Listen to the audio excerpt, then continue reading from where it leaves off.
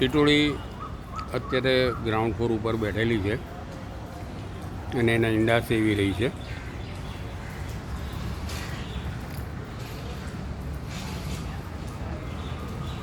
એની માં અને આ બીજી ટીટોળી.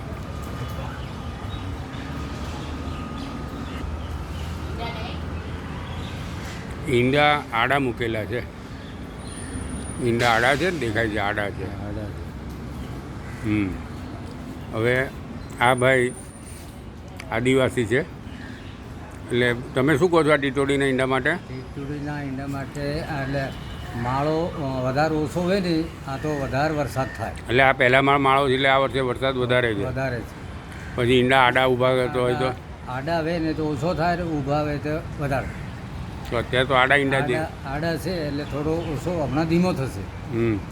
પણ માળો અધર છે એટલે વરસાદ વધારે જ થવાનો છે, કેમ કે પાણી ભરી જાય એટલે એનો માળો અધર લઈ જાય. અચ્છા અચ્છા, ઓકે. બીજું કંઈ આના ટીટોળી માટે? બસ.